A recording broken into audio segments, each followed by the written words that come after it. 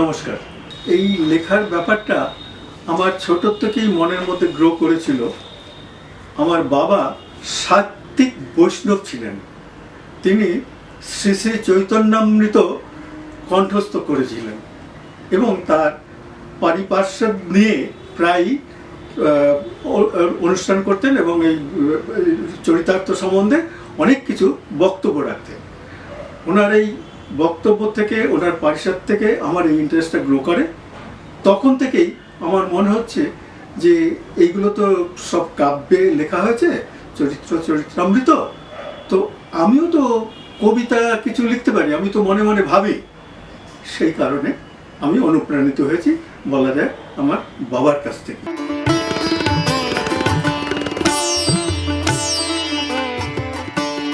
আমার যখনই বিভিন্ন জায়গায় কাজের জন্য ট্রান্সফার হয়েছে, দায়িত্ব সামলাতে হয়েছে, এমনকি অনেকটা পিরিয়ড আমার 6-7 বছর ট্রেনিংয়ে কেটেছে এবং সেটা ওই বিভিন্ন ফ্যাক্টরি ওয়াইজ আমাদের যে আইএফএস প্ল্যানিং আছে সেইখানে আমার ওই কোয়ালিফিকেশনগুলো করে নিতে হয়েছে।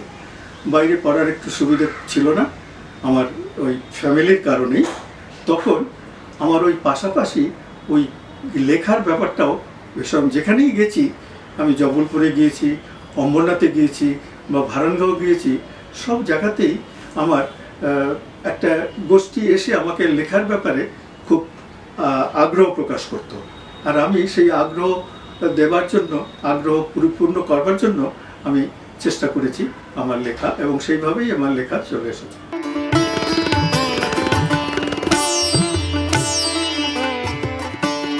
যে মানুষের সঙ্গে মিশতে গেলে, মানুষের সঙ্গে থাকতে গেলে সহিতত্ববোধ থেকেই এই সাহিত্যটা আসে। সবার সঙ্গে আছে যাহা, তাকেই বলে সাহিত্য। এই কথাটা আমি ছোটবেলাতেই বুঝতে পেরেছিলাম। সেই কারণে সাহিত্য, কবিতা, দর্শন ছাড়া সব মানুষের সঙ্গে, অনেক মানুষের সঙ্গে কোনো পরিচয় থাকতে পারে না। এমনি পরিচয় হয়তো সাক্ষাৎ অনেকের সঙ্গে কম হয়েছে, কিন্তু সেই লেখার মাধ্যমে সমস্ত সভা সমিতি এবং পঠন পাঠন ইত্যাদির মধ্যে দিয়ে আমি বহু মানুষের সংস্পর্শে আসতে পেরেছি।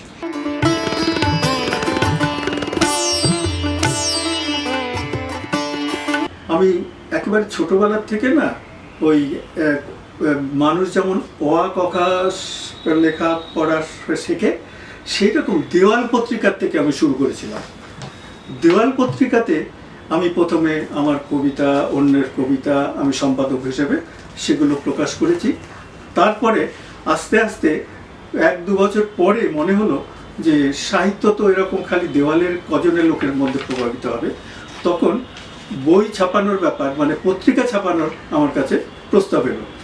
আমার সঙ্গে যারা সঙ্গী ছিল, সতীর্থ ছিল, তারা বলল যে এটা তুমি পারবে, তুমি এবার আমাদের যা কিছু করবে, গাইড দেবে, যা যা বলবে সেই অনুযায়ী করবে। সেই পূর্বাচল সাহিত্য পত্রিকা ত্রৈমাসিক আমি ওই 64 সালের থেকেই ওটা শুরু করেছিলাম এবং সেইটা 67 সাল অবধি আমি কন্টিনিউ করি। এর মধ্যে আমার এই পড়াশোনার ব্যাপারে এবং অফিসের ট্রেনিংয়ের ব্যাপারে আমাকে বাইরে মুভ করতে হয়। তখন বাইরে মুভ করে আমি সেখানেও ওইগুলো চালিয়ে গেছি। তখন আর এই পত্রিকাটা হয়নি, তখন নিজস্ব লেখাগুলো আমি করতে পেরেছি আমার ডিউটির পর থেকে। আশেপাশে দায়িত্ব সামল করে তারপরেও আমি এগুলো সঠিক মেনটেন করতে পেরেছি।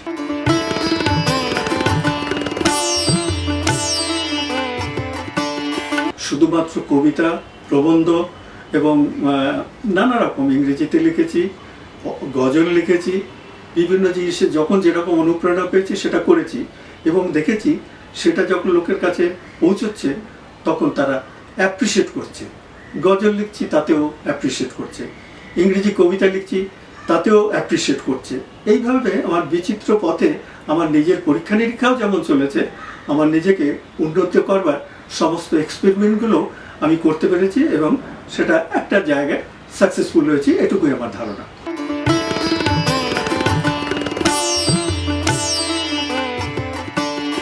প্রত্যেক জায়গাতেই দেখেছি 8-10 বছর অন্তর আমার লেখার স্টাইল বদলে গেছে, আমার বইগুলো খুব বেশি তাড়াতাড়ি বেরোয়নি, 8-10 বছর প্রত্যেকটা বইয়ের প্রকাশের সীমা নিয়েছে। সেইটাই দেখেছি যে পরের স্টাডি করে যে আমার আগের লেখার সঙ্গে এই লেখা উত্তরোত্তর পরিবর্তন হচ্ছে, রূপান্তর হচ্ছে, মানে, শব্দায়ন এবং তার অর্থের গভীরতা, বৈচিত্র্যতা এগুলো ক্রমান্বয়ে পরিবর্তন হয়ে এসেছে।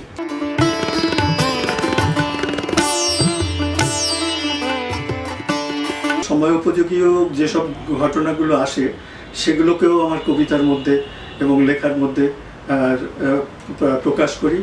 প্রতিবাদ হলে প্রতিবাদ করি, সমালোচনা হলে সমালোচনা করি, এবং গঠনমূলক সবসময় আমার লেখার একটা বার্তা থাকে। যে কোনো কবিতার মধ্যে আমি একটা গঠনমূলক বার্তা রাখতেই চাই। যা কিছু দর্শন হোক, যা কিছু আমার শব্দায়ন হোক, আমার ভালোবাসার অনুকরণ হোক, যেগুলোর মধ্যেই আমার একটা পজিটিভ সামাজিক বার্তা আমার থাকে। যে কোনো ভালোবাসার কবিতা হোক, দর্শনের কবিতা হোক, প্রতিবাদের কবিতা হোক।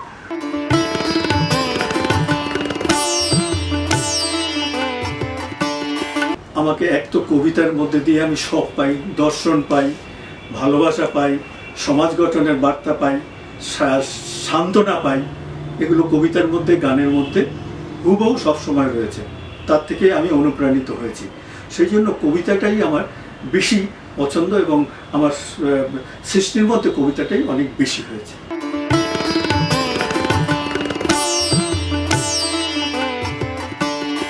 আমি লেখার মধ্যেও বিভিন্ন ছন্দে বিভিন্নভাবে পরীক্ষা নিরীক্ষা করেছি, কারণ একই ছন্দে একই ভার্স স্টাইলে আমি লিখতে চাইনি। কারণ আমাকে দেখতে হবে যে আমি ছোট, বড় এবং বেশি বিভিন্ন বিভিন্ন মানে আঙ্গিকে লিখতে পারি কিনা, এই পরীক্ষা নিরীক্ষাও আমি চালিয়েছি। সেজন্য যখনই যা হয়েছে, ছোট হয়েছে বা অন্য ধারায় হয়েছে বা অন্য ব্যঞ্জনায় হয়েছে, অন্য শব্দায়নে হয়েছে, সেগুলো মোটামুটি স্বীকৃতি সব জায়গা থেকেই পেয়েছে।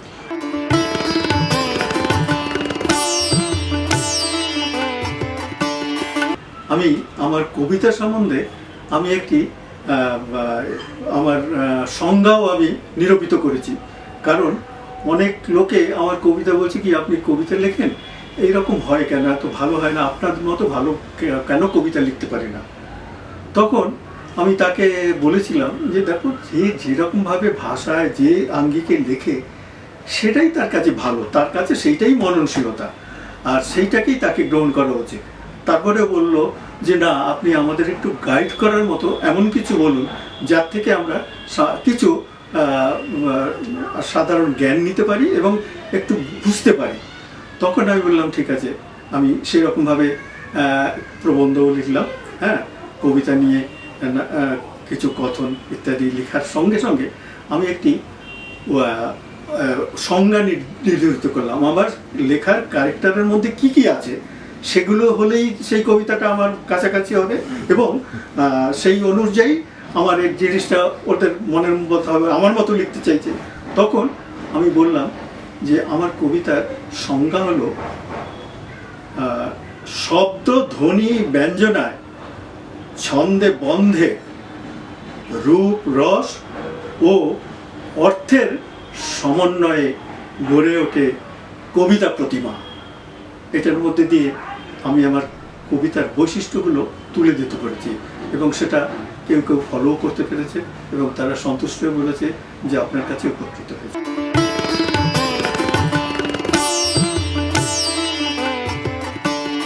তবে পাঠকের সঙ্গে না তাদের যে মানসিক বদলটা হচ্ছে, তারা কিন্তু এই পড়াশুনো, আমাদের মতো শব্দ নিয়ে ভাবা, এইসব নিয়ে তারা করছেন না। তাদের বদলটা হচ্ছে মানসিকভাবে।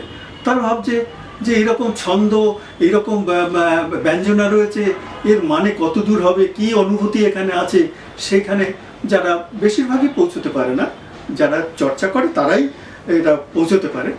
তখন তাদের আমি বললাম যে এই ভাষা তো আমার কাছে যে তৈরি হয়ে রয়েছে, যে ব্যঞ্জনা, যে ধারণা, কবিতা সম্বন্ধে হয়ে রয়েছে, আমি তো এরকমভাবেই আমি যতটুকু সহজ, যতটুকু বোধ্য, ততটাকেই আমি এর মধ্যে প্রকাশ করতে পারবো।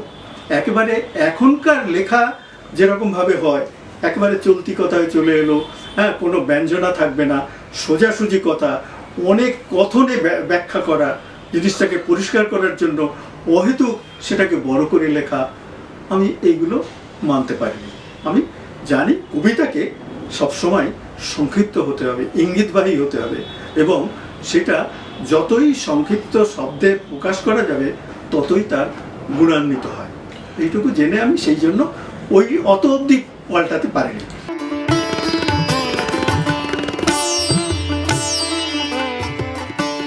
আমি সেইটা কিন্তু করতে পারিনি।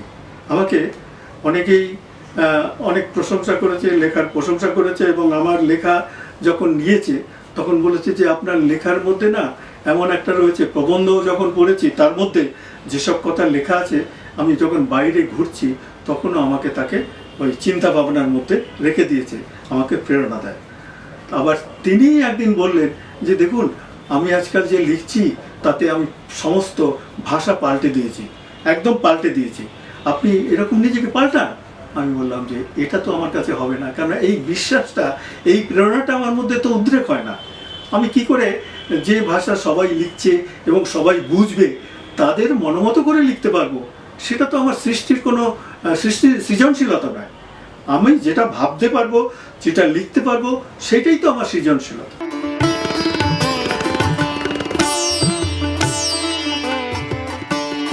হ্রাসমান হচ্ছে, তারা বই পড়বে না, এখন ফেসবুক হয়ে যাওয়ার জন্য শুধু শর্টকাটে একটু লেখা পড়ে তার মধ্যে নিজেই লেখক হয়ে যাচ্ছে। তার কোনো স্টাডি নেই, কোনো বইয়ের দিকে চিন্তা ভাবনা নেই, তারা বুঝবার চেষ্টা করছে না, তার বাড়িতে কোনো একটা লাইব্রেরি খুঁজে পাওয়া যাবে না, তার বইয়ের রেফারেন্স নেই, যে কোনো বই কেনে না তিনি, এতে যান বইমেলাতে যান, তাতে শুধু লোককে দেখাবার জন্য আমি একজন বইমেলায় এসেছি, আমি একজন খুব উচ্চদরের মানুষ, পড়াশুনো করি, কিন্তু আসলে দেখা যাচ্ছে যে তারা প্রত্যেক যুগে যেসব লেখা পাল্টাচ্ছে, যেসব লেখা হচ্ছে তার ধারে কাছেও আসে না। এবং সেই কথায় আমরা কখনো যদি বলে দিই যে ওনারা যেরকমভাবে বুঝতে পারবেন, যেরকমভাবে লেখা চাইছেন, মন্তব্য করছেন, সেরকমভাবে লিখব, এটা কখনোই সৃজনশীলতার দিকে আসে না।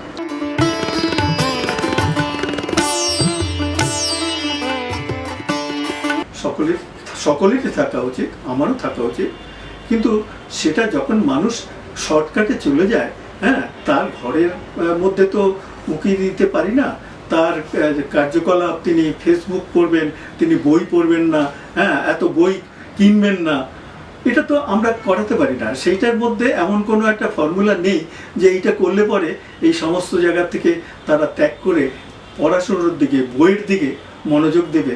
এ তো ফেসবুক তো এত বছর ধরে হয়েছে, আমরা তো দেখছি, সেখানেও তো লিখছি, সেখানেও ভালো ভালো লেখা হয়, কিন্তু খুব কম।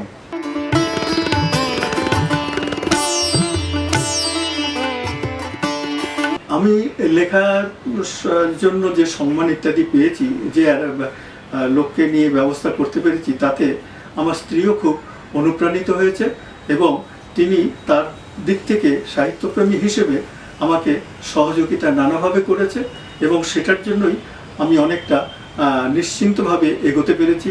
আমার অসুবিধেগুলো ওভারকাম হয়েছে, দায়িত্বগুলো আমি ঠিকভাবে নিতে পেরেছি, সাহিত্যের দিকে নিজেকে নিয়োজিত রাখতে পেরেছি। অতএব স্ত্রী হিসেবে আমাকে উনি যথেষ্ট সহযোগিতা করেছে, এটা স্বীকার করতেই হবে।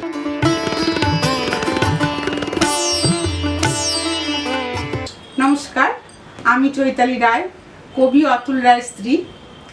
আমি ওনার স্ত্রী হয়ে খুবই গর্বিত। আমার কাছে উনি একজন সেরা কবি।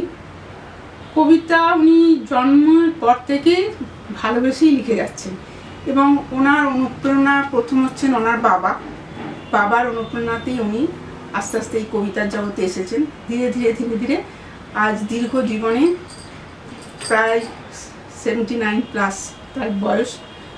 সে কবিতাকেই সবচেয়ে বেশি ভালোবাসে।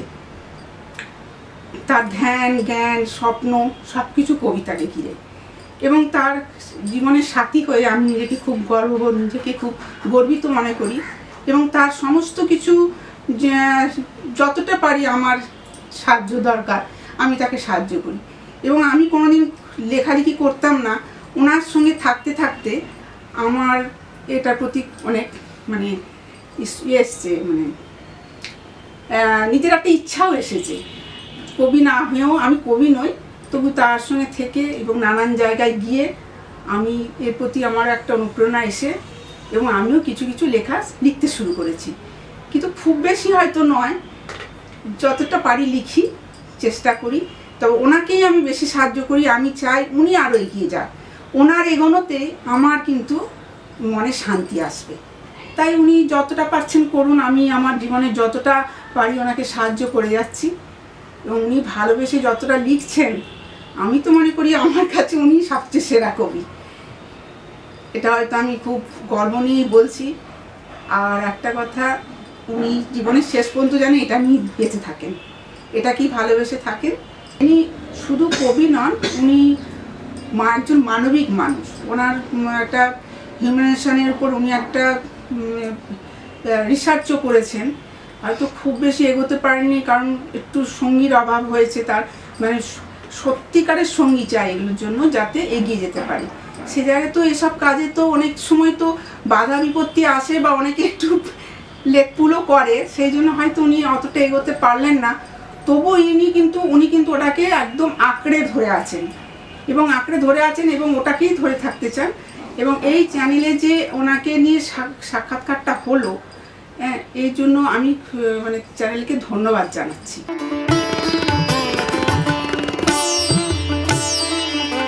তবু স্বপ্ন কবিতা, ঘুমের মধ্যে স্বপ্ন অবিরত, জাগরণে কবিতা যেন আকন্দ রেণু, পড়ে তত ভঙ্গ আভঙ্গ ভঙ্গিমায়। তেমনি দিগন্ত জুড়ে থাকে আমাদের দুঃখের দ্রাঘিমা, সুখ সঙ্গ আসঙ্গ লিপ্সায়। কার করতলে জলপদ্ম, বুকে আমলকি সবুজ বন অথবা জলপাই, জানে মন ফল ও ফসলের স্বাদ, জীবনে আহ্লাদ আনে এইসব এবং প্রমাদ। তবু স্বপ্ন, তবুও কবিতা জাগে ঘুমে জাগরণে, সকলেই তাই প্রাণে সুখ দুঃখ পায়। প্রত্যেক আমির মধ্যে একটি ভালোবাসা, প্রত্যেক তুমির মধ্যে একটি ভালোবাসা। যুগ্ম আশা ভালোবাসা ছাড়া সত্য কিছু নাই। জাগতিক এই জন্ম প্রজন্মের ধারা, বিকাশের মূল পরম্পরা জেনে গেছে আকাশের কয়েকটি তারা। এই বাঁচা কি, ভালোবাসা কি, এবং কোথায় রয়েছে কার কতটুকু ঠাঁই।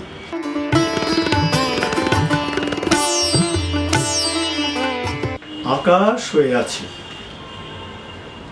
এক আকাশ ভালোবাসা নিয়ে এই বুকে আমি কতবার সায়ক বিদ্ধ, কতবার মৃত, পর ও স্বজন শত্রুর হাতে, কতবার অপমান আঘাতে আত্মাভিমানও বিস্তৃত। পায়ের তলায় সরে গেছে মাটি, অগ্নির দাপটবহ আলোর বলয়, সোনা সূর্যটাও অস্তমিত। এমন আধারে হেসেছে রঙিন দোপাটি। চৈতন্য লোপ পেলে বড় জোর এইটুকু ইতিহাস হতো। ক্রম অভিজ্ঞতা বোধ, অনর্গল অভিপ্সা আশায় মনুষ্যত্ব বড় প্রিয়। জীবন এরকমই অমৃত হয়, হোক। ঝুল বারান্দায় দুটি চোখ, আমারই তিতিক্ষার ছবি। জীবন ও জগতের তাৎপর্য খুঁজে পায়। যুগের স্তবকে প্রেম, প্রকৃতির স্থিতি এবং বিসর্জিত আমার আত্মারতি। আমি শত্রু মিত্র সবাইকে সমান ক্ষমা করে আজও আকাশ হয়ে আছে।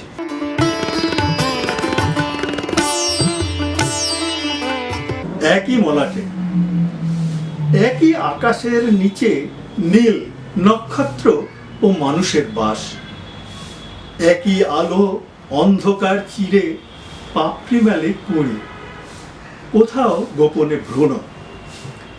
7 রঙে রামধনু ছবি আঁকে প্রজাপতির পাখায়। এই বুকের মধ্যে টানা ঝাপটায় সুখ দুঃখের পাখি। একই নদীর বুকে গলে নামে ঝর্ণা পাহাড় নুড়ি। যখন সমুদ্র ধারণ করে জল ও লবণ, রহস্য অতল। একই পাখি দেশ হতে দেশান্তর ঘুরে ভ্রমণ স্বাদের পর অনিকেত ওই নীলাকাশে উড়ে যেতে চায়। একই ফ্রেমের মধ্যে ঈপ্সিত ছবি বাঁধানো স্মৃতি, একই মলাটের মধ্যে প্রিয় কাহিনীর জবনিকা পাত।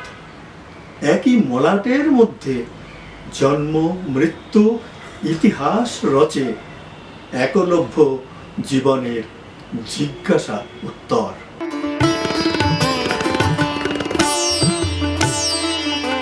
কবি একার সম্পত্তি নয়।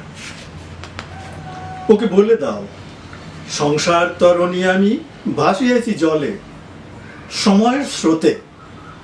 আর কোনো কর্তব্যকরণ নেই, দ্বার বাবা নেই।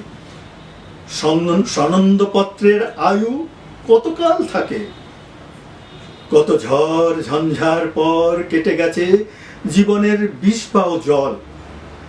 জীর্ণতার শেষ ক্লান্তি বয়ে অবশেষে সব কৃতফল দেখে হেসে ওঠে আলো হাওয়া জল পাতার মর্মর। এইভাবে আত্মজ থেকে বসংবদ আমার জীবাশ্ম অবধি বয়ে নেবে কাল কিছু কলঙ্কের দাগ। তবু সংসারের সার পেতে একান্তই তার ব্যক্তিগত হতে কি না করেছি, জুতো সেলাই থেকে চণ্ডীপাঠ, এমনকি সধর্ম বিরোধী যা রুচিহীন কল্পনাবিহীন। তবু ব্যর্থ সব, অসম্পন্ন রয়ে গেল অতৃপ্ত কজন স্বজন। ক্ষিপ্ত পাগল প্রায় পাঞ্জা কষে তারা ধ্বংসের সাথে। একাকী নিঃসঙ্গ না হলে নগ্ন হওয়া যায় না আত্মায় প্রাণে, নত যেন হওয়া যায় না প্রকৃতির কাছে। হতে পারে শিকল পরে পৌঁছানো যায় না সব মানুষের কাছে। কোনো কপটতা ছল চাতুর্য নয়, কবির জন্য চাই চির সবুজ প্রণয়। নিত্য নতুন সূচি কৌমার্য, কবিতাই চির যৌবনা অনন্ত প্রেরণাময়। ওকে বলে দাও, আজ আমি ক্ষমাহীন নির্মম একাকী, আন্তর্জাতিক স্বাচ্ছন্দ্য স্বাধীন। ওকে বলে দে, কবি কারো একার সম্পত্তি নয়। তাকে বন্দি করার কারাগার এখনো কোথাও হয়নি নির্মিত।